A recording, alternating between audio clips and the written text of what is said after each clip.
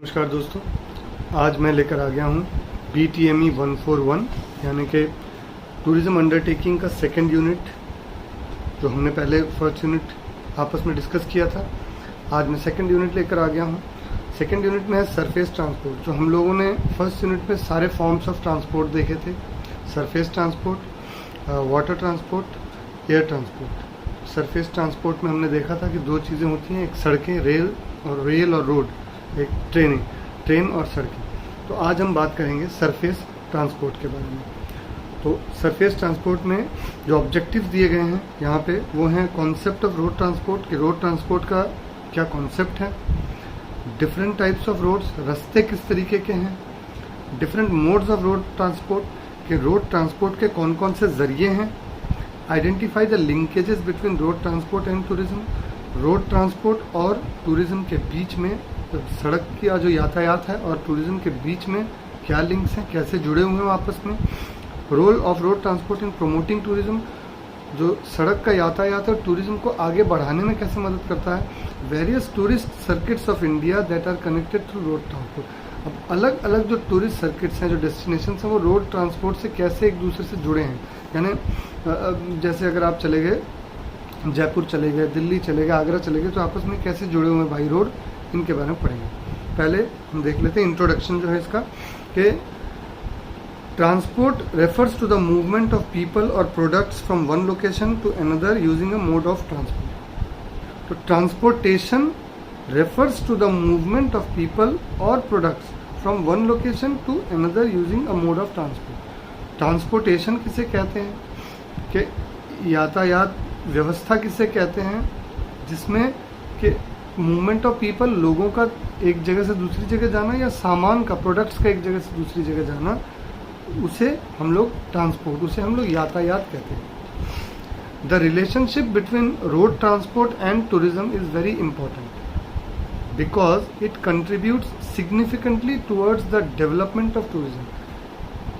सड़क के यातायात और टूरिज्म के बीच में एक बहुत ही गहरा नाता है, बहुत ही सशक्त नाता है, जो कि मदद करता है डेवलपमेंट ऑफ टूरिज्म, टूरिज्म को बहुत ज़्यादा आगे बढ़ाने में, टूरिज्म की उन्नति में। It overcomes the physical constraints of distance and meets the human needs for movement. ये सड़क की जो यातायात व्यवस्था होती है, ये दूरियों को कम कर देती है, दूरियों में कमी लाती है, और ह्यूमन नीड्स फॉर मूवमेंट, इंसान के चलने की जो ज़रूरतें हैं, मतलब यातायात की जो ज़रूरतें हैं, उसे पूरा करती है। It provides a link between the origin and destination of tourism. ये एक जुड़ाव है, एक नाता है, इंसान जहाँ से चलना शुरू करता है टूरिज्म के लिए और जिस डेस्टिनेशन पे उसे पहुँचना होता है। अब human mobility occurs both at international and national level. अब हमारा जो टूरिज्म पे जाने का या यातायात करने का जो तरीका है, उसमें हम कहाँ कहाँ जाते हैं, इंटरनेशनल, विदेशों में जाते हैं और अपने देश में भी घूमने जाते हैं। Millions of travelers are transported to their destination safely, quickly and luxuriously as a fair cost. हजारों लोग, करोड़ों, लाखों लोग रेगुलरली एक जगह से दूसरी जगह पे जाते हैं, सेफली, बहुत ही सुरक्षित तरीके से जाते हैं, क्विकली, जल्द से जल्द जाते हैं, और एट अ फेयर कॉस्ट, और एक सही रेट के अंदर, अपने सही पैसों के अंदर जाते हैं। अब आते हैं हम लोग क्लासिफिकेशन ऑफ इंडियन रोड्स। भारतीय सड़कों के कौन कौन सी विभिन्नताएं हैं, भेद कौन कौन से हैं, कितने तरीके के भारतीय सड़क हैं।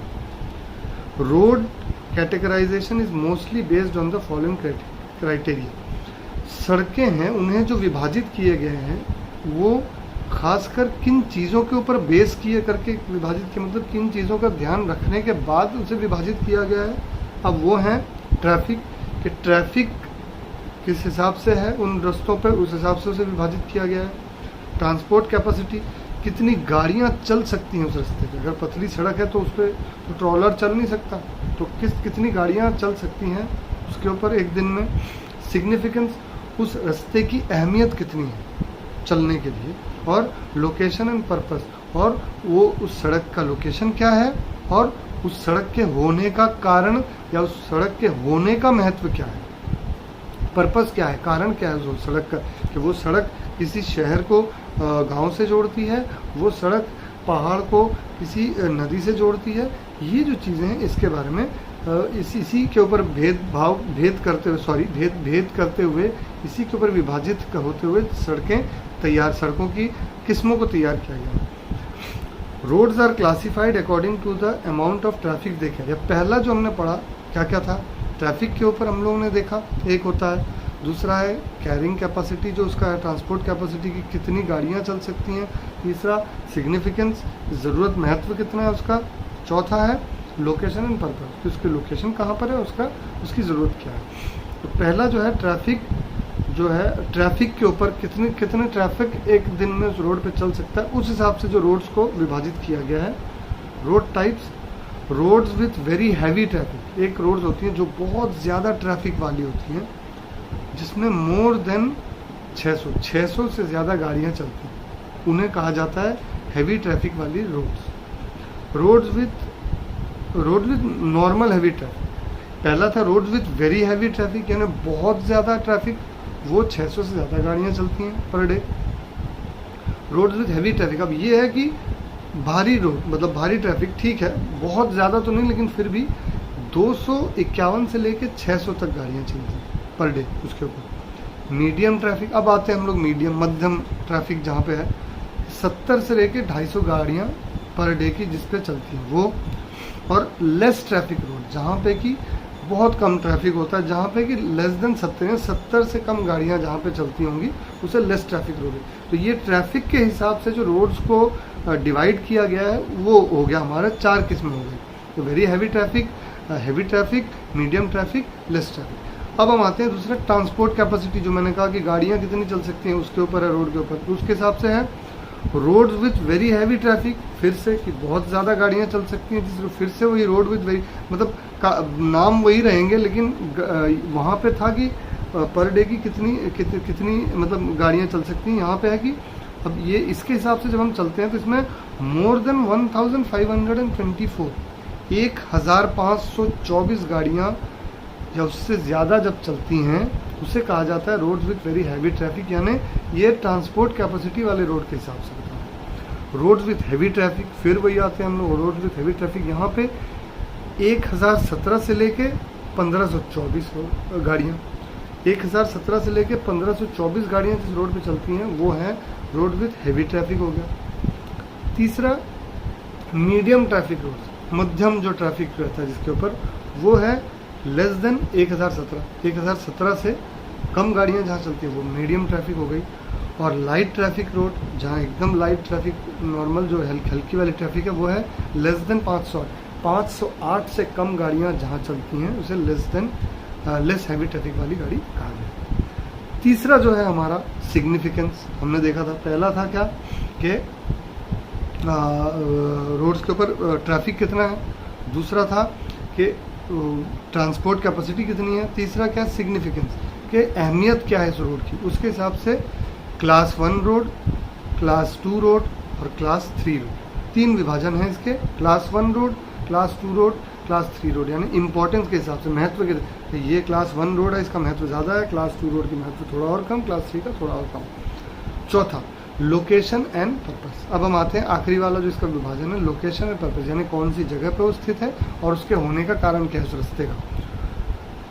उसमें 4 विभाजन है, नेशनल हाईवेज जिसको हम NH बोलते हैं, नेशनल हाईवे, दूसरा है स्टेट हाईवे जिसको SH बोला जाता है, यानी पहला राष्ट्रीय जो हाईवेज जो होती हैं हमारी राष्ट्रीय सड़कें, दूसरा स्टेट हाईवे जो हमारे राज्य की सड़कें होती हैं हाईवे, ठीक है, मुख्य सड़क जिसे कहते हैं हम। तीसरा है मेजर डिस्ट्रिक्ट हाईवे MDR, मतलब आप देख लीजिए पहला हो गया राष्ट्र के अंदर क्या है राज्य, तो राज्य वाली सड़कें आ गई, स्टेट वाली, राज्य के अंदर क्या होता है ज़िले होते हैं तो ज़िले वाली सड़कें आ गई, सिंपल सा है। नेशनल हाईवे पूरा नेशन आ गया, उसके अंदर क्या है स्टेट, तो स्टेट हाईवे आ गया, उसके अंदर क्या है ज़िले हैं तो नेशनल डिस्ट्रिक्ट हाईवे जो मेजर डिस्ट्रिक्ट हाईवे आ गया, उसके अंदर क्या है कि रास्ते छोटे वाले रास्ते तो अदर डिस्ट्रिक्ट रोड ODR आ गया हमारे,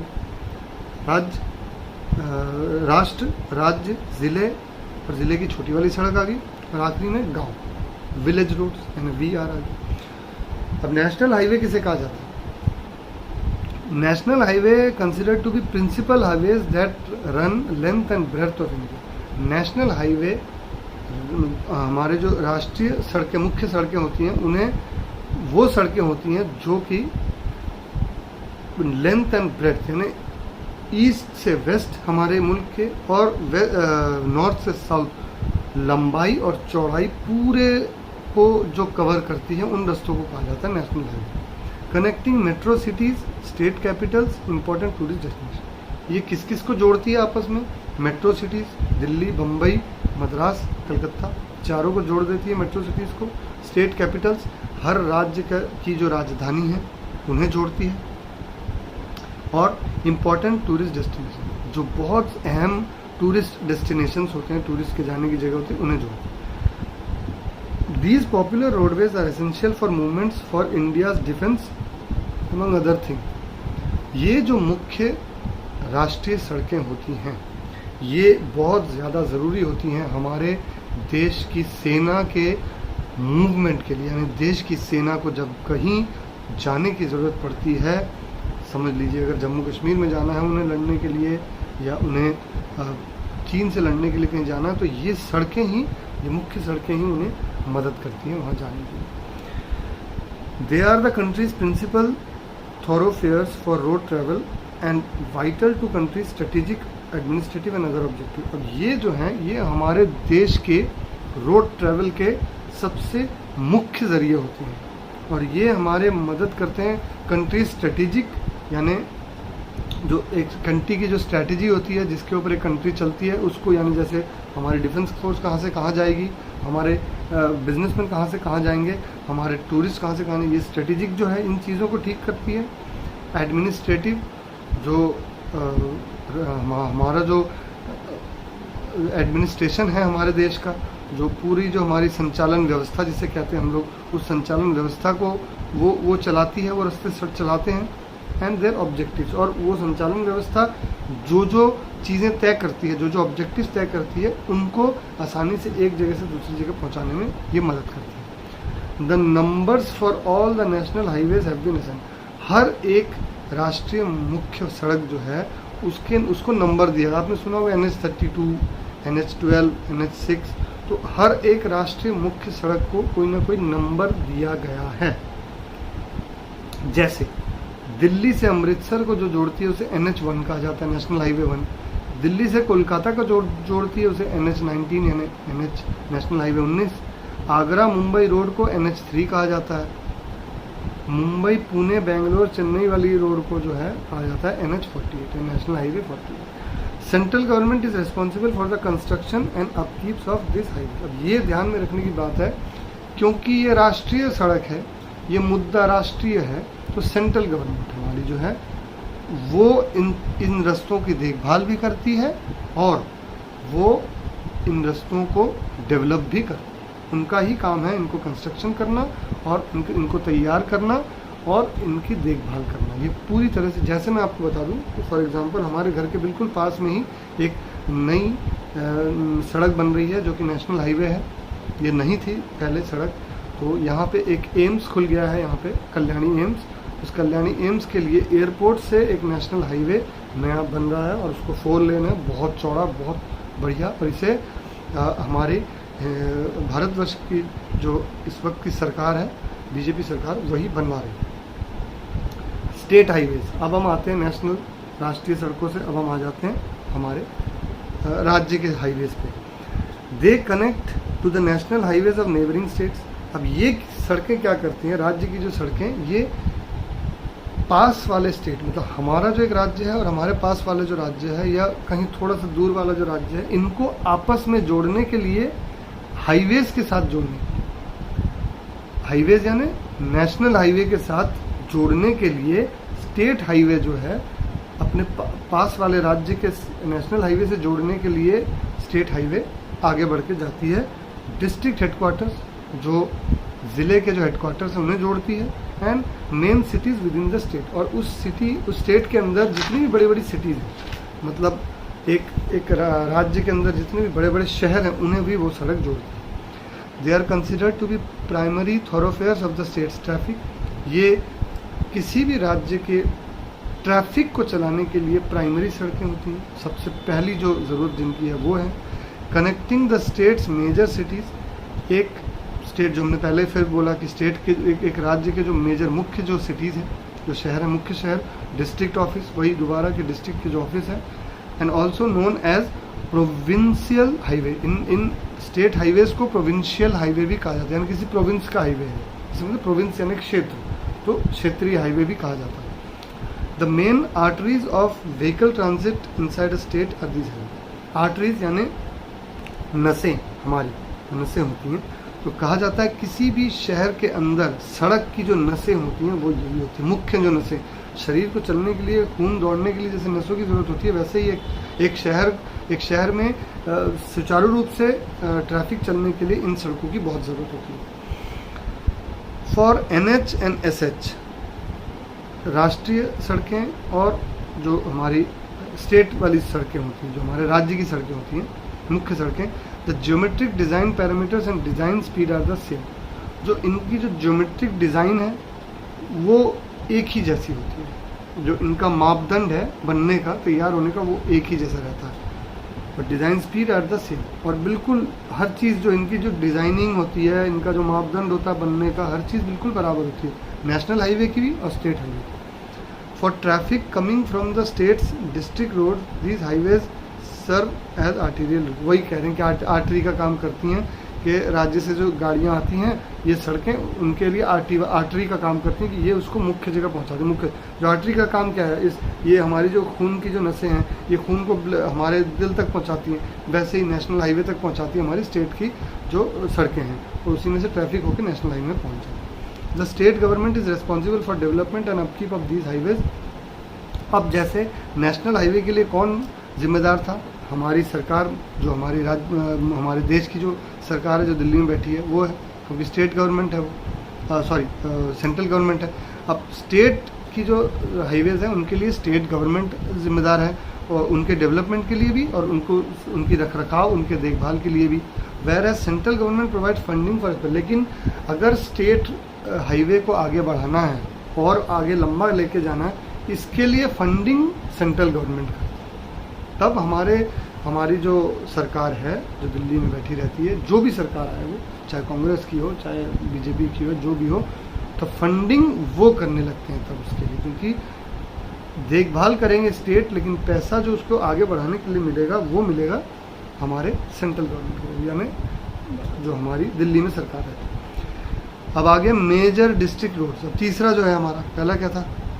नेशनल हाईवे, दूसरा स्टेट हाईवे, तीसरा मेजर डिस्ट्रिक्ट रोड, यानी हम लोग पूरे राष्ट्र से आगे राज्य पे, अब राज्य से आगे ज़िले पे। They run through district supporting production areas and market places and connect them to one another और टू मेजर हाईवेज। इनका काम है डिस्ट्रिक्ट को जोड़ना, एक ज़िले से दूसरे ज़िले को जोड़ना, और सपोर्टिंग प्रोडक्शन एरिया, जहाँ जहाँ पे प्रोडक्शंस होते हैं, कारखाने हैं, कहीं पे मिलें हैं, या कहीं पे प्रोडक्शन, किसी भी चीज़ की प्रोडक्शन हो रही हो, जहाँ पे उन चीज़ों को मार्केट प्लेस यानी बाज़ारों से जोड़ती है ये सड़कें। जो कहीं बाज़ार में आप सामान पहुँचाएंगे कारखानों से, या जहाँ पे तैयार हो रहा, तो ये सड़कें उस जगह से तैयार करके बाज़ारों में पहुँचा देती हैं, और मेजर हाईवे के साथ कनेक्ट करती है, यानी नेशनल हाईवे, स्टेट हाईवेज़ के साथ भी ये कनेक्ट कर देती है।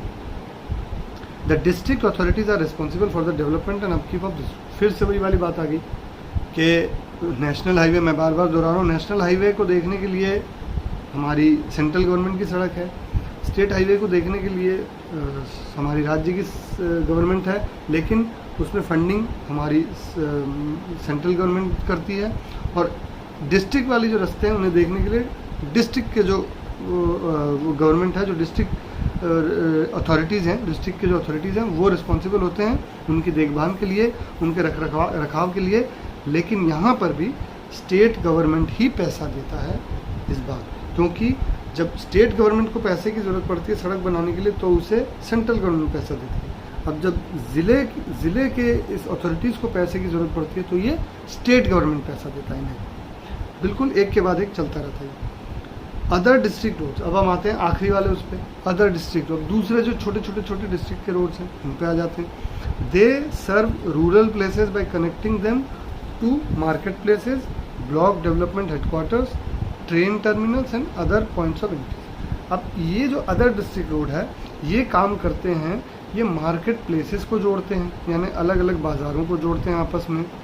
कहाँ से? रूरल प्लेसेस, जो एकदम गांव खेड़े वाली जगह होती है, बिल्कुल थोड़ी अंदरूनी जगह हैं। रूरल गांव खेड़ा तो नहीं कहूँगा, लेकिन अंदरूनी जो जगह होती हैं उनके साथ में बाज़ारों को जोड़ता है।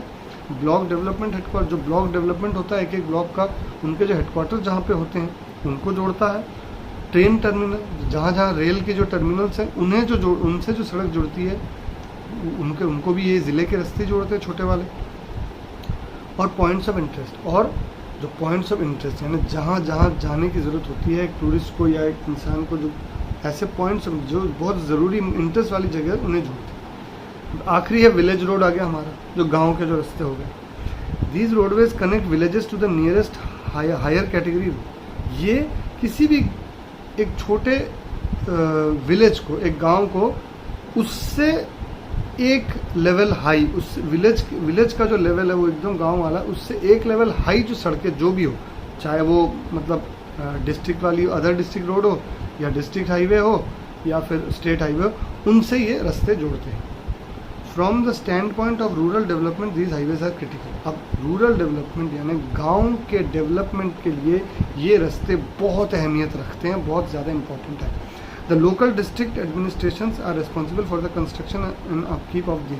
अब यहाँ पे क्या है कि लोकल डिस्ट्रिक्ट, यहाँ पर गांव की कोई अलग से एडमिनिस्ट्रेशन नहीं होती, यहाँ पर भी लोकल जो डिस्ट्रिक्ट एडमिनिस्ट्रेशन है वही इन रस्तों का रखरखाव, देखभाल और डेवलपमेंट करती है। As per the third road development plan, तीसरा जो रोड डेवलपमेंट प्लान, तीसरा जो सड़क डेवलपमेंट प्लान, सड़क उन्नति प्लान जो आया था वो आया था 1981 से 2001 तक, 1981 से 2001 यानी 20 साल। Our country's roads are classified into 3 classes. हमारे देश की जो सड़कें हैं उन्हें 3 भागों में विभाजित किया गया है। फॉर ट्रांसपोर्ट प्लानिंग, ट्रांसपोर्टेशन की प्लानिंग के लिए कैसे कैसे उसकी प्लानिंग की जाएगी। पर्पसफुल आइडेंटिफिकेशन, बिल्कुल ज़रूरत के हिसाब से पहचान उन रस्तों की। एंड प्रायोरिटाइजेशन, कि उसकी अहमियत कितनी ज़्यादा, कितनी प्रायोरिटी है उसके बाद। प्राइमरी सिस्टम, 3 तरीके के जो सड़कें हैं, प्राइमरी सिस्टम एक है हमारा, सेकेंडरी सिस्टम एक हमारा, और टर्टियरी सिस्टम। टर्टियरी यानी थर्ड सिस्टम, टर्टियरी अगर आप डिक्शनरी में देखेंगे इसका मतलब है तीसरा।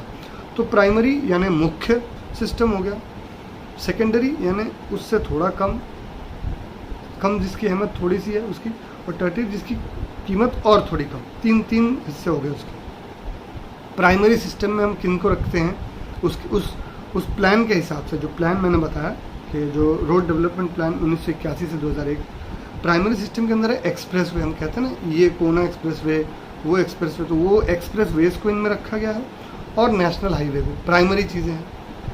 अब सीधी बात है, राष्ट्र प्राइमरी चीज़ राष्ट्र है किसी देश के लिए, तो राष्ट्रीय सड़कें जो होंगी वही प्राइमरी होंगी। तो एक्सप्रेस वेज जो होगी, जो बहुत बड़ी बड़ी मुख्य सड़कें, और नेशनल हाईवेज जो हमारे एक्सप्रेस वेज जो हमारी हैं किसे कहते हैं? पहला जो है primary system, secondary system and tertiary system. Primary system में कौन कौन सी हैं? एक्सप्रेस वे हो गए और नेशनल हाईवे। एक्सप्रेस वे किसको कहते हैं? Special type of highway having improved services with design standards through routes with significant traffic volume. Special, ये एक्सप्रेस वेज वो होती हैं, ये स्पेशल टाइप की हाईवे होती हैं। जो एक्सप्रेस वेज होती हैं वो स्पेशल हाईवे होती हैं। यहाँ पे सर्विसेज बहुत ज़्यादा इम्प्रूव्ड होती हैं। इन सड़कों की जो सर्विसेज है बहुत इम्प्रूव्ड होती हैं यहाँ पे, विथ डिज़ाइन स्टैंडर्ड। इनके जो डिज़ाइंस होते हैं वो बहुत हाई स्टैंडर्ड के डिज़ाइंस होते हैं। इन सड़कों को बहुत अच्छी तरीके से तैयार किया गया होता है।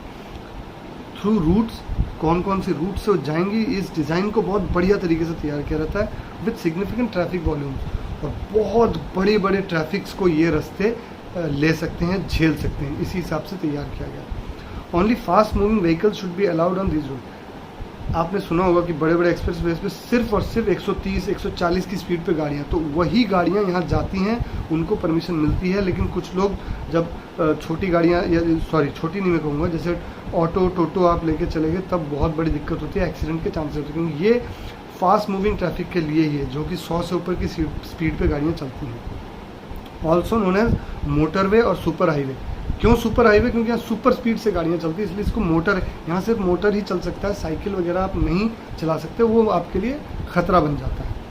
दे आर ओन्ड इधर बाय द सेंट्रल गवर्नमेंट और द स्टेट गवर्नमेंट। अब ये एक्सप्रेस वेज या तो राष्ट्रीय सेंट्रल गवर्नमेंट के लिए हो सकता है, मतलब हमारी जो दिल्ली में जो सरकार बैठी होती है हमारी सेंट्रल गवर्नमेंट, उनके अंडर में भी हो सकता है, या स्टेट के अंडर में या राज्य के अंडर में हो सकता है, depending on whether the route is a national highway और स्टेट हाईवे। इस पर डिपेंड करता है वो एक्सप्रेसवे कोई नेशनल हाईवे है या स्टेट हाईवे। अगर वो नेशनल हाईवे है वो एक्सप्रेसवे तो वो सेंट्रल गवर्नमेंट के अंडर में आएगा, और वो अगर वो स्टेट हाईवे है तो स्टेट गवर्नमेंट के अंडर में आएगा। नेशनल हाईवे हम लोगों ने पहले ही बात कर दी है उसके बारे में कि नेशनल हाईवेज कौन सी होती है। अब आते हैं प्राइमरी सिस्टम के बाद आगे सेकेंडरी सिस्टम। सेकेंडरी सिस्टम में दो भाग हैं, स्टेट हाईवे, आपको याद होगा नेशनल हाईवे के बाद स्टेट हाईवे, यहाँ पे सेकेंडरी में कौन सा है? स्टेट हाईवे और मेजर डिस्ट्रिक्ट रोड। बिल्कुल जो हमारे पहले भी जो चार भाग थे ना, national highway, state highway, major district road और उसके बाद district road, district highway, major district road, फिर विलेज रोड। तो यहाँ पे जो सेकेंडरी में आ गए दो, स्टेट हाईवे और मेजर डिस्ट्रिक्ट रोड आ गए हमारे। अब टर्टियरी में आ गए कौन से? टर्टियरी में तीसरे में अदर डिस्ट्रिक्ट रोड आ गए और विलेज रोड आ गए। मतलब है वही चीज़, थोड़ा उसको इन्होंने प्लान के हिसाब से और ज़्यादा विभाजित कर दिया, बीच में एक एक्सप्रेसवे घुस गया खाली। Classification of urban roads. अब शहरी रास्तों के क्लासिफिकेशंस क्या क्या हैं, क्या क्या उसके विभिन्न तरीके हैं और कौन कौन से विभिन्न उसके भाग हैं। The run through cities, it is they run through the cities. ये जो अर्बन रोड्स हैं ये सिटीज़ के अंदर चलती हैं, बड़े बड़े शहरों के अंदर ये अर्बन रोड्स चलती हैं। It is the responsibility of local government to maintain this. जो लोकल गवर्नमेंट होती है उस सिटी की, एक शहर की जो लोकल गवर्नमेंट है वो ही उस शहर के उस रास्ते को मेंटेन करती है। Other than expressway, urban roads are often divided into four following category. Urban roads को चार भागों में फिर विभाजित किया गया है। आर्टीरियल रोड्स यानी धमनियाँ, यानी हमारे जो नसें हैं, नसों वाले रास्ते। सब आर्टीरियल रोड यानी नसों से भी जो छोटी छोटी नसें निकलती हैं, सब आर्टीरियल रोड्स हो गए, और छोटे रास्ते उनसे। अब कलेक्टर स्ट्रीट, जहाँ भाई कलेक्टर स्ट्रीट्स जो होते हैं, कलेक्टर साहब हमारे, उनके नाम पे भी जो कलेक्टर जिनकी देखभाल करता है ना, छोटे छोटे वाले जो कलेक्टर के अंडर में जो रास्ते रहते हैं, आपके लोकल एरिया में कोई कलेक्टर होगा, आपके लोकल में छोटी जो सड़कें हैं वो कलेक्टर स्ट्रीट्स हो गए। और लोकल स्ट्रीट्स मतलब बिल्कुल ही जो लोकल, जिस पे आप घर से जब निकलते हैं, बिल्कुल जो, अगर आपका घर किसी हाईवे या इस पर नहीं है, अब घर की गली जिसको कहते हैं उसे लोकल स्ट्रीट होता है। अच्छा, आर्टीरियल रोड्स किसे कहा जाता है? These roads are intended for complete traffic on a continuous routes with strong traffic mobility. अब आर्टीरियल रोड्स वो होती हैं एक शहर के अंदर जिन पे कंटिन्यू ट्रैफिक चालू रहता है और अच्छी खासी गाड़ियाँ उस पर चलती हैं, बिल्कुल लगातार चलती रहती हैं। सब आर्टीरियल रोड्स कौन से होते हैं? They have a comparatively less level of traffic mobility compare. Arterial से थोड़ा सा ट्रैफिक जिस पे कम होता है वो होती है सब आर्टीरियल। यानी मेन जो खून की जो धमनियाँ हैं, जो नसें हैं, उसमें ज़्यादा खून दौड़ता है, यानी ज़्यादा ट्रैफिक दौड़ता है। उससे छोटी वाली नसें की उसमें थोड़ा कम खून दौड़ता है, तो थोड़ा सा कम ट्रैफिक दौड़ने लगता है। कलेक्टर स्ट्रीट, अब कलेक्टर के अंदर में जो रास्ते आते हैं, these roadways provide access to arterial roads while also collecting as well as dispersing traffic from and to smaller roads. ये क्या करते हैं? आर्टीरियल रोड्स को छोटे छोटे रास्तों से जोड़ देते हैं, हमारे आर्टीरियल सब आर्टीरियल रोड से उनसे जोड़ते हैं, और ट्रैफिक को एक जगह से उठाकर आर्टीरियल रोड पे छोड़ते हैं, या आर्टीरियल रोड की ट्रैफिक को लेकर एक दूसरी जगह पे छोड़ देते हैं, छोटे रास्तों पे छोड़ देते हैं। और हो गया लोकल स्ट्रीट, जो चौथा वाला हमारा है। They provide access to nearby street. वही मैंने कहा कि आपके बाजू वाली जो सड़कें हैं, मेन सड़क है, उसके साथ इसको जोड़ती है, वो है लोकल स्ट्रीट हो गया। अब हम लोग आते हैं role of road transport in tourism development के।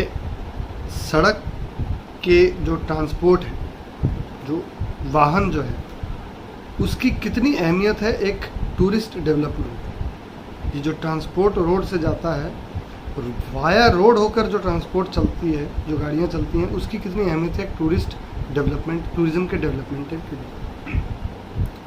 अ well function road transportation system is critical to a country's economic growth and development. एक बहुत सुचारू रूप से चलने वाली जो गाड़ियाँ और यातायात होती है वो किसी भी देश की इकोनॉमिक ग्रोथ यानी उसके पैसे की जो बढ़त के लिए, जो आर्थिक उन्नति के लिए और डेवलपमेंट, उस जगह की उन्नति के लिए, उस जगह को आगे बढ़ाने के लिए बहुत ज़रूरी होती है। In today's fast paced life, आज की इस बहुत तेज़ ज़िंदगी में जो बहुत फास्ट चल रही है, people want to see more and more destinations in a short period time.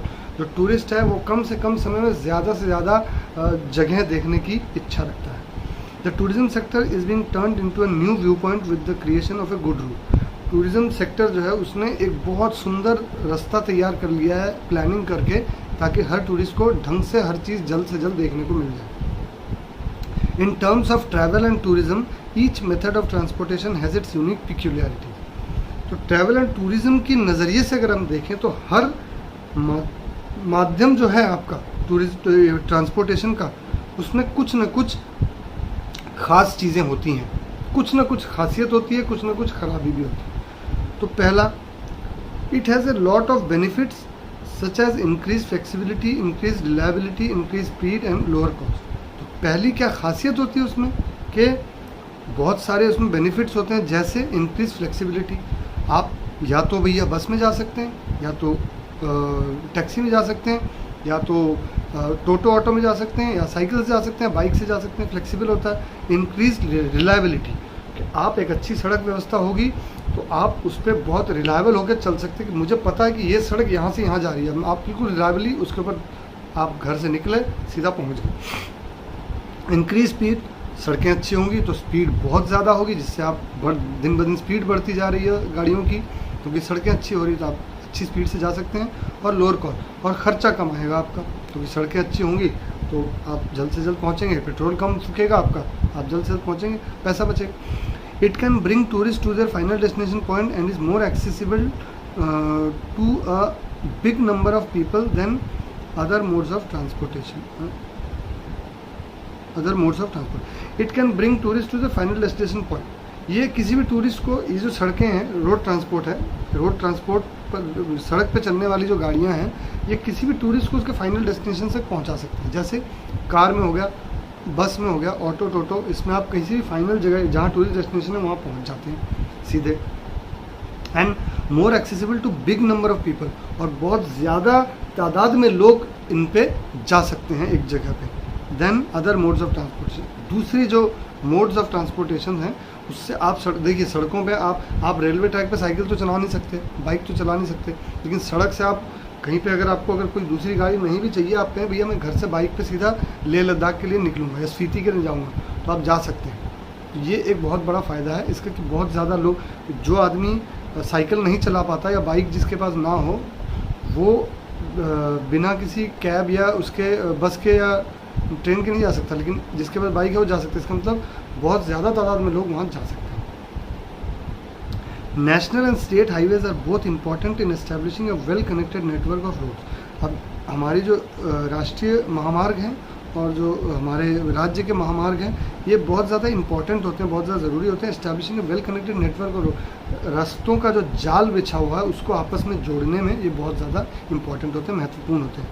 Flyovers and decent road settings have contributed to the growth of travel and tourism activities. जो आजकल ये एक ट्रेंड हो गया, जैसे दिल्ली में जब मैं रहता था तब तो फ्लाईओवर्स वगैरह थे ही नहीं उस टाइम, तो अब कहते हैं पालम में अगर जाता है कोई आदमी तो पहचान नहीं पाएगा, क्योंकि मैं गया नहीं, मैंने सुना है। तो ये जो फ्लाईओवर्स बने हैं, इन्होंने सड़क पे ट्रैफिक को काफ़ी कम कर दिया है, सुचारू रूप से ट्रैफिक चल, बहुत मदद मिली है भीड़ को थोड़ा सा सड़क से कम करने के लिए। तो flyovers have and decent road settings have contributed to the growth of travel and tourism activity. Car, taxi, coach, bus and jeeps are several modes of transportation. तो कारें हो गई, टैक्सी हो गया, जीप, कोच, बसेस जो हो गई, ये अलग अलग मोड ऑफ ट्रांसपोर्टेशन हमारे हैं। Ministry of road transport and highways is in charge of developing and maintaining national highway. अब नेशनल हाईवे को डेवलप करने, मैंने कहा था कि सेंट्रल गवर्नमेंट है, तो उनकी एक अलग से शाखा है जिसका नाम है ministry of road transport and highway, MRTH, ministry of road transport and highway. ये इंचार्ज है, इनके ऊपर इसका बीड़ा दिया गया है कि ये इन नेशनल हाईवेज़ की देखभाल करें। State governments and union territories continue to submit recommendations to the ministry for the designation of state roads as new national highway.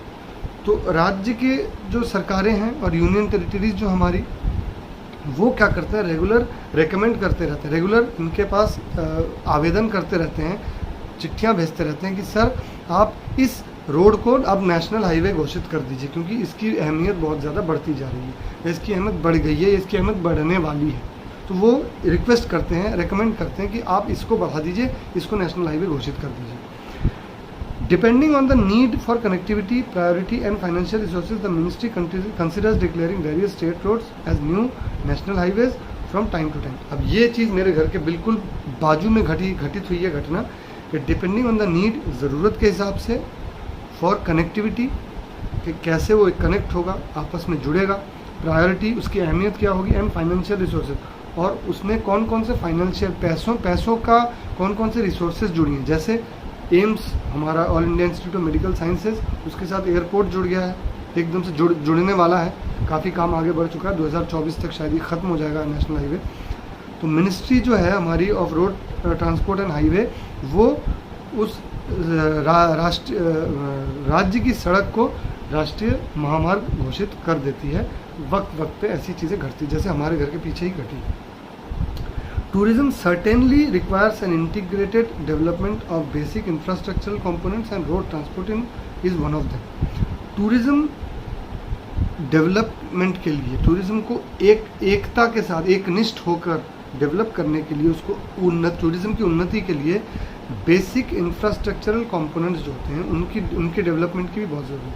जो बेसिक इंफ्रास्ट्रक्चर है एक टूरिस्ट का क्या है, सड़कें हो गई, होटल हो गया, रहना खाना हो गया, ये जो चीज़ें बेसिक चीज़ें, इनको किसी भी टूरिज्म को डेवलप करने के लिए इन बेसिक, उसमें उन बेसिक में सड़क एक बहुत ज़रूरी चीज़ होती है, और रोड ट्रांसपोर्ट उनमें एक बहुत ज़रूरी चीज़ है। रोड पे जो ट्रांसपोर्ट चलती हैं, गाड़ियाँ चलती हैं, रोड की जो व्यवस्था है, ट्रांसपोर्ट व्यवस्था, वो अगर सुचारू हो तो बहुत ज़रूरी है किसी टूरिज्म को आगे बढ़ाने के, कि कहीं पे अगर टूरिज्म को बढ़ाना है तो वहाँ रोड अच्छी होगी तभी लोग जाएंगे, नहीं तो नहीं जाएंगे। It serves as a vital link between the points of origin and the areas where it will be used. अब ये बहुत एक वाइटल इम्पॉर्टेंट लिंक होती है, एक जुड़ाव होता है पॉइंट ऑफ ओरिजिन की, वहाँ कहाँ से वो टूरिस्ट पैदा होता है, वो यानी वो टूरिस्ट कहाँ से चलना शुरू करता है, उसका अपना पहला पाँव वो कहाँ से रखता है और कहाँ तक उसको इस्तेमाल करता है, कौन सी जगह तक उस चीज़ को इस्तेमाल करता है। Over the years, tourism has recorded significant growth in development. वर्ष बीते, साल बीते, सदियाँ बीती, उस साथ में टूरिज़्म ने भी धीरे धीरे बहुत बड़ा एक ग्रोथ देखा, बहुत उन्नति देखी, बहुत ऊंचाइयाँ देखी हैं धीरे धीरे वक्त के साथ में, डेवलपमेंट देखी है। It is changing because of new improvements in the transportation system. Tourism धीरे धीरे चेंज हो रहा है, क्यों? क्योंकि ट्रांसपोर्ट सिस्टम भी धीरे धीरे बदल रहा है और उन्नत हो रहा है। Which include safe, convenient and affordable mode, जो कि बहुत ज़्यादा सेफ है, सुरक्षित है, कन्वीनियंट है, आरामदायक है, एंड अफोर्डेबल, जो जेब में भारी नहीं पड़ती। Without transportation the travel and tourism business would not exist. बिना ट्रांसपोर्टेशन के, बिना यातायात व्यवस्था के टूरिज्म जीवित ही नहीं रह सकता, वो मृत हो जाएगा। टूरिज्म बोलकर कोई चीज़ रहेगी नहीं दुनिया में। Transportation development is tied to tourism development. Transportation की डेवलपमेंट जितनी ज़्यादा होगी, टूरिज्म की डेवलपमेंट उतनी ज़्यादा होगी। ये दोनों आपस में बंधे हुए हैं, टाइड, ये बिल्कुल आपस में रस्सी से बंधे हुए। अगर ट्रांसपोर्ट, जैसे अगर दो गाड़ियाँ साथ में चली, कुछ लोग देखे होंगे आपने सड़क में, एक बंदे की गाड़ी ख़राब होगी, दूसरा उसको अपनी स्कूटी पे उसको धक्का मारते हुए लेके जा रहा पाँव से, तो वो ऑटोमेटिक चल, दोनों साथ में, तो ये आगे बढ़ेगा तभी वो बेचारा आगे बढ़ पाएगा जिसकी गाड़ी बंद होगी, नहीं तो नहीं बढ़ पाएगा। वैसा हिसाब है यहाँ पर। Construction of new roads as well as maintenance of the existing ones are all transportation requirements for tourism promotion and development. नए रास्तों को तैयार करना, कंस्ट्रक्शन करना, उनको नए रास्ते तैयार करना, और जो पहले से रास्ते हैं उनकी अच्छे से देखभाल करना, उनका रखरखाव करना, कहीं अगर कुछ प्रॉब्लम्स हैं, टूट फूट है तो उसको ठीक ठाक करना, ये बहुत ज़्यादा ज़रूरी है ट्रांसपोर्टेशन के लिए, जो कि टूरिज़्म को प्रमोट भी करेंगी और टूरिज़्म को डेवलप भी करेंगी। तो अगर ट्रांसपोर्टेशन के लिए रास्ते अच्छे होंगे, नए रास्ते बनाए जाएंगे, पुराने रास्ते जो हैं उन्हें सही सलामत रखे जाएंगे तो ट्रांसपोर्टेशन आगे बढ़ेगा और उसकी डेवलपमेंट भी होगी और प्रमोट भी होगा कि भैया यहाँ पे आप जा सकते हो, ये बहुत अच्छी जगह है। Many governments take advantage of the tourism industry's profit to help cover their budget deficit. बहुत सारे सरकारें होती हैं, जैसे केंद्र सरकार या राज्य सरकार, ऐसी बहुत सारी सरकारें होती हैं जो कि टूरिज्म इंडस्ट्री से आए हुए फ़ायदे को, जो टूरिज्म से जो फ़ायदा, पर्यटन से जो फ़ायदा हम लोगों को मिलता है, उसे अपने घटे हुए बजट को पूरा करने में वो पैसा लगा देते हैं। ये टूरिज्म का पैसा तो अलग है, तो उसमें आना नहीं चाहिए, लेकिन बहुत से लोग ऐसा करते हैं कि यहाँ से जो ये पर्यटन से जो पैसा आता है उसे अपने कम हुए बजट में, जहाँ पे उसकी थोड़ी कमी आ गई है पैसे की, वहाँ पे लोग उस पैसे को इन्वेस्ट कर देते हैं। Tourism is frequently refer to as a factory with no chimney. इसीलिए टूरिज्म को ऐसी फैक्ट्री कहा गया है जिस बेचारे के पास चिमनी नहीं, कि धुआं नहीं उठता।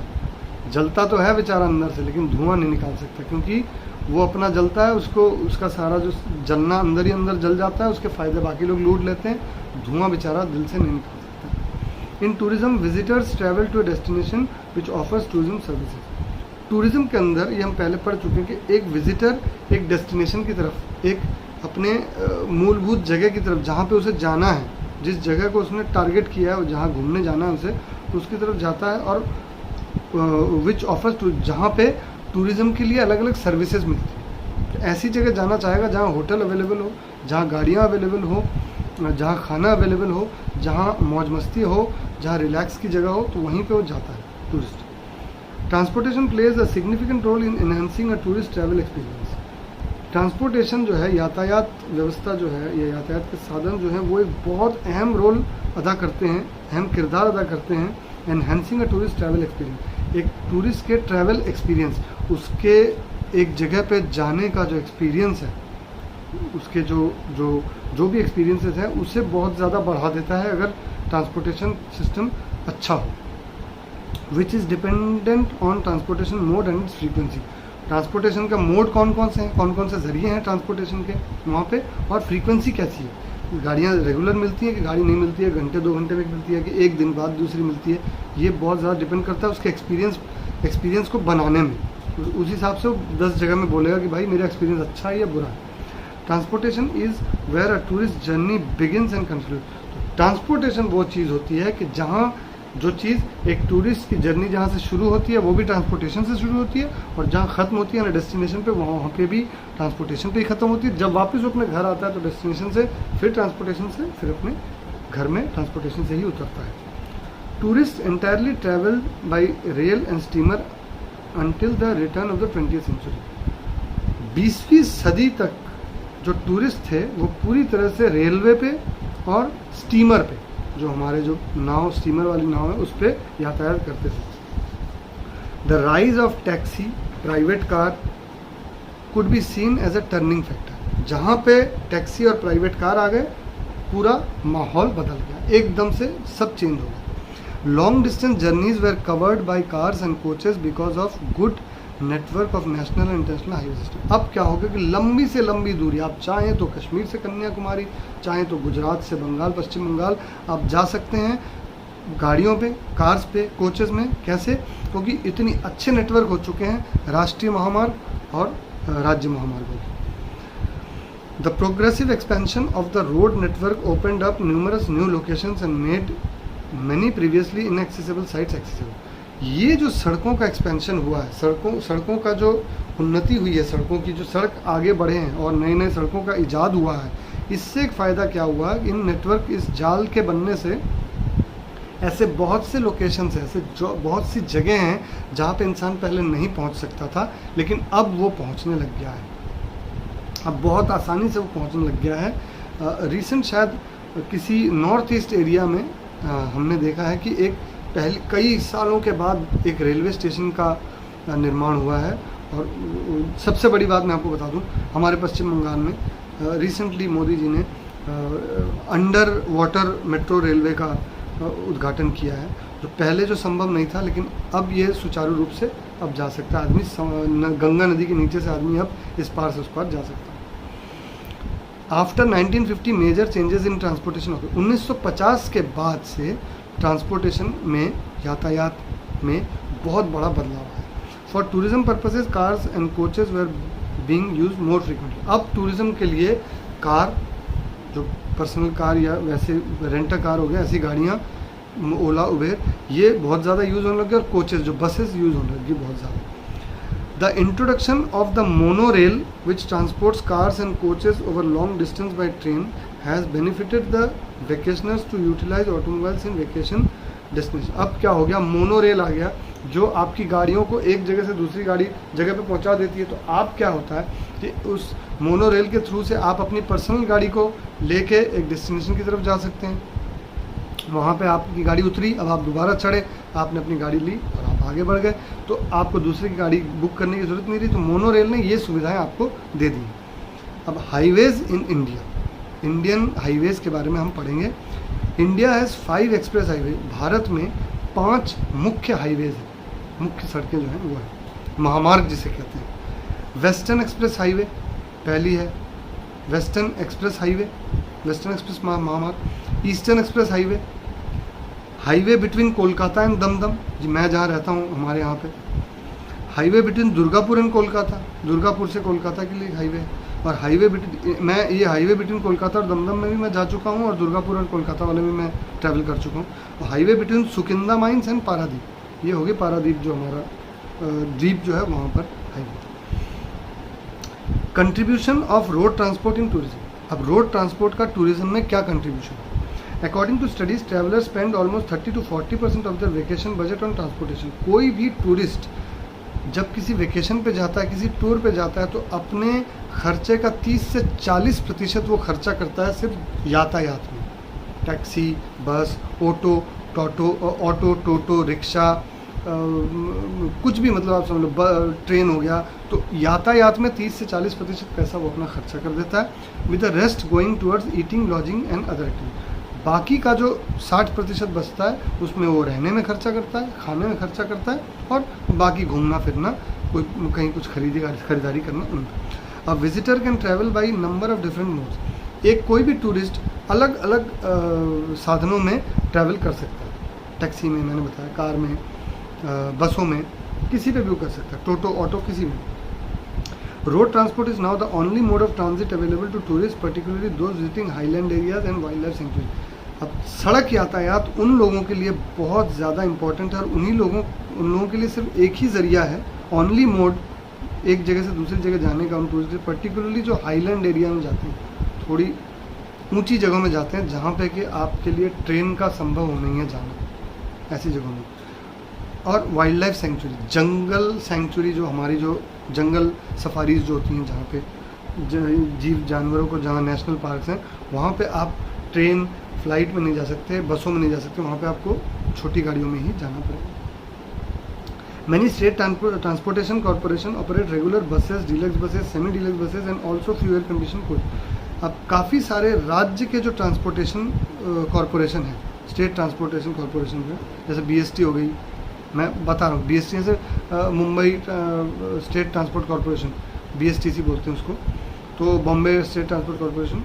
तो ऐसे स्टेट ट्रांसपोर्टेशन कॉर्पोरेशन जो है वो लोग क्या करते हैं, रेगुलर बसेस चलाते हैं, जैसे बॉम्बे में चलती हैं, डीलक्स बसेस चलाते हैं, कुछ जगहों पे सेमी डीलक्स बसेस चलाते हैं, और एयर कंडीशन कोचेस भी चलाते हैं, जैसे हमारे कैलकाटा में एयर कंडीशन कोचेस चलते हैं। Advance bookings are available and all information is provided at the bus stop. इन बसों के लिए आपको एडवांस बुकिंग्स भी मिल सकती हैं, आप एडवांस में इन्हें बुक कर सकते हैं, और हर बस स्टॉप पे इनके बारे में आपको सटीक इन्फॉर्मेशन मिलेगी, सटीक जानकारी मिल सकती है।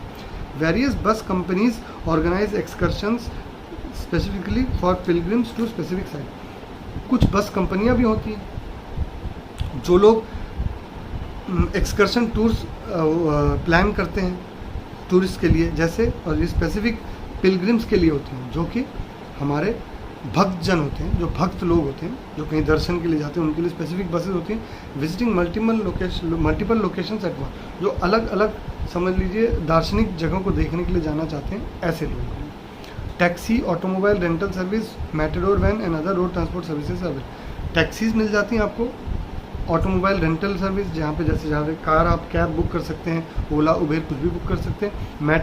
मेटाडोर वैन जिसमें सामान जाता है, उसमें आजकल लोग भी जाते हैं।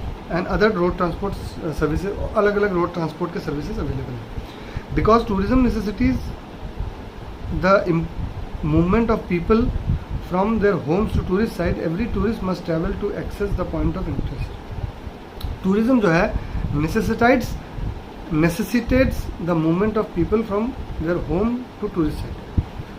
टूरिज्म एक इंसान को उसके घर से लेकर टूरिस्ट साइट तक जाने में बहुत ज़्यादा इम्पोर्टेंस ला देता है कि मुझे इस जगह पे जाना है. ये टूरिज्म तैयार करता है आपके अंदर. कि आप जब टूरिज्म का कोई कागज़ या कोई टीवी पे या कहीं देखते हैं तो टूरिज्म क्या करता है, आपके अंदर ये नेसेसिटी पैदा कर देता है, ये ज़रूरत पैदा कर देता है कि आपको एक टूरिस्ट साइट पे अपने घर से जाना है. Every tourist must travel to access the point of view. तो हर टूरिस्ट को क्या होता है, इतनी ज़्यादा अहमियत पैदा कर देता है कि वो टूरिस्ट अपना घर छोड़कर कुछ दिनों के लिए टूरिज्म के उस जगह पर जाने लग जाता है. Advantages of road transport. अब रोड ट्रांसपोर्ट के फ़ायदे क्या क्या हैं? The advantages of road transport include, इसके हैं फ्लेक्सिबिलिटी. तो बहुत ज़्यादा फ्लेक्सिबल है, आप किसी भी चीज़ पे जा सकते हैं, छोटी गाड़ी, बड़ी गाड़ी, बाइक, रिक्शा, ऑटो, टोटो, बस, कोच, कैब, किसी पे भी जा सकते हैं. डिपेंडेबिलिटी, आप डिपेंड कर सकते हैं इन चीज़ों पे, क्योंकि आप अगर इन चीज़ों के अंदर एक बार बैठ गए तो आपको पता है कि आप पक्का अपने डेस्टिनेशन पे पहुंच जाएंगे. डोर टू डोर सर्विस, सबसे बड़ी बात जो है, जो आपको ट्रेन में, फ्लाइट में नहीं मिल सकती. एक गाड़ी एक स्टेशन से आप अगर एक कैब पकड़ते हैं तो वो आपके दरवाजे तक आपको छोड़ देती है, लेकिन एक फ़्लाइट आपको दरवाजे तक नहीं छोड़ सकती है, एक ट्रेन आपको दरवाजे तक नहीं छोड़ सकती. डोर टू डोर सर्विस हो गया. कॉस्ट इफेक्टिवनेस, आपको खर्चा इसमें कम आ जाता है. Supplementation of other modes of transport. Supplementation कैसे, मैंने बताया था आपको पहले एक बार बात की थी हमने कि ये दूसरे मोड ऑफ ट्रांसपोर्ट को सप्लीमेंट कर देता है. आपने अपने घर से एक कैब लिया, तब जाके आप एयरपोर्ट में फ़्लाइट पे चढ़े, तो उस फ्लाइट को इसने सप्लीमेंट कर दिया कैब ने, कि आप कैब से पहुँचे तभी, वरना आप बिना कैब के तो आप एयरपोर्ट पहुँच नहीं सकते. सप्लीमेंट कर दिया. रैपिड ट्रांजिट फॉर शॉर्ट, छोटे डिस्टेंसों के लिए तो फटाफट आपको गाड़ियाँ मिलती है, एकदम आप फटाफट पहुँच सकते हैं छोटी जगह के लिए. अब डिसएडवांटेजेस ऑफ रोड ट्रांसपोर्ट. अब रोड ट्रांसपोर्ट की एडवांटेजेस हमने देख ली कि क्या फ़ायदे हैं, नुकसान क्या क्या है उसके, वो हम देख लेते हैं. स्लो स्पीड स्लो रहता है इनका. क्यों? क्योंकि अगर ट्रैफिक रहेगा तो स्पीड स्लो हो जाएगी गाड़ी की, अगर गाड़ियाँ ज़्यादा रहेंगी. रेस्ट्रिक्टेड कैरिंग कैपेसिटी, कि एक ऑटो में 4 लोग ही जा सकते हैं, कि 3 लोग जा सकते हैं, रेस्ट्रिक्टेड है. बस में 56 लोग जा सकते हैं, ऐसा है, इससे ज़्यादा आप लेके नहीं जा सकते रोड में. लिमिटेड है कैपेसिटी उसकी. Lack of air conditioning in coaches, हर गाड़ी में तो आपको एयर कंडीशनिंग मिलती नहीं है, किसी में मिल जाती है, किसी कोच में, लेकिन हर गाड़ी में एयर कंडीशन आपको नहीं मिल सकता है. Comfort also depends on road condition. Road की कंडीशन क्या है उस पर कंफर्ट डिपेंड करता है. रेल की पटरी पे कभी गड्ढे नहीं होते, लेकिन रोड पे गड्ढे होते हैं. अगर रोड ही बेकार होगी तो आपको अच्छा नहीं लगेगा जाने आने में. Transportation as an attraction. अब ट्रांसपोर्टेशन एक अट्रैक्शन, एक आकर्षण की चीज़ कैसे बन जाती है ट्रांसपोर्टेशन, कोई भी ट्रांसपोर्टेशन आकर्षण कैसे बन जाती है. Destination developers have used a variety of modes of transportation to attract visitors. जो डेस्टिनेशन के जो डेवलपर्स होते हैं, किसी भी डेस्टिनेशन को आगे बढ़ाने में, उन्नति करने में जो लोग होते हैं, वो variety of mode of transportation अलग अलग तरीके अपनाते हैं, यातायात के साधन अपनाते हैं लोगों को, विजिटर्स को अपनी ओर खींचने के लिए. It ensures that important exhibits are seen in the specific order and that the crowd moves at a consistent. वो ये तय कर लेते हैं कि जब कोई बंदा हमारे ट्रांसपोर्टेशन पे आएगा तो बिल्कुल सही सही मौक़ों पे सही सही डेस्टिनेशन की चीज़ें उसे देखने को मिलेंगी. यहाँ पे उसे ये किला देखने को मिलेगा, उसके बाद उसे ये मंदिर देखने को मिलेगा, और बिल्कुल सटीक स्पीड पे वो सारे के सारे लोग आगे बढ़ते जाएंगे. Overcrowding should be avoided at all cost in order to avoid adverse situation and preserve the charm of the location. भीड़ भड़के को हमेशा, कि आपने एक बस में 56 की जगह 70 आदमी चढ़ा दिए, ये बिल्कुल कभी नहीं करना चाहिए. और जहाँ पे भीड़ ज़्यादा हो वहाँ पे लोगों को हिसाब से ही लेके जाना चाहिए, कभी ज़्यादा लोग अलाउ नहीं करना चाहिए, इसको अवॉइड करना चाहिए. और क्योंकि अवॉइड एडवर्स सिचुएशन, क्योंकि वहाँ झमेला हो सकता है, भगदड़ मच सकती है और उस जगह को नुकसान पहुँच सकता है location. Variety of transportation option add dimension to the entire tourism experience. अलग अलग ट्रांसपोर्टेशन के साधन रहेंगे तो एक जो टूरिज्म एक्सपीरियंस होगा एक टूरिस्ट का, वो बड़ा अच्छा रहेगा. चलो भाई, वहाँ पे अलग अलग चीज़ें, टैक्सी मिल जाती है, कैब भी मिल जाता है, टोटो मिल जाता है. ऑटो मेरे पास, मेरे जेब के ऊपर वेट नहीं आता बहुत ज़्यादा. Cable cars in high terrain, the funicular railway और jet boats are popular. Cable cars, वो जो केबल पे जो जाते हैं ना पहाड़ों पे, आपने देखा होगा वो जो रोप पे जिसको बोला जाता है, जिसमें झूलते झूलते जाते हैं। हम लोग शायद गए थे, जो हम लोग ऋषिकेश और वहाँ गए थे, शायद हम लोग गए थे उसके ऊपर, बहुत बहुत बचपन की बात कर रहा हूँ। वो हैं अलग अलग फेनिकुलर रेलवेज़ हैं, जेट बोट्स हैं, जेट वाली जो नावें हैं, ये बहुत पॉपुलर है। Tourist can pick from a variety of modes of transportation to suit their budget. जितना आपका बजट हो उस हिसाब से आप देख सकते हैं कि आपको कौन सा यातायात का साधन लेना है। They can travel with their group using transportation option such as renting vehicles, boat, coaches. एक टूरिस्ट अपने पूरे ग्रुप के साथ भी आराम से जा सकता है, वो किराए पे ले सकता है, रेंटिंग व्हीकल जो किराए पे गाड़ियाँ ले सकता है, बोट नाव पे जा सकता है, कोचेस पे जा सकता है, और रेल रोड्स पे भी जा सकता है। तो आज के लिए इतना ही। बाकी का जो है वेरियस रोड ट्रांसपोर्ट्स और आगे का जो है वो हम फिर अगली क्लास में डिस्कस करेंगे आपस में। Thank you so much. Best of luck to all IGNOU students. नमस्कार।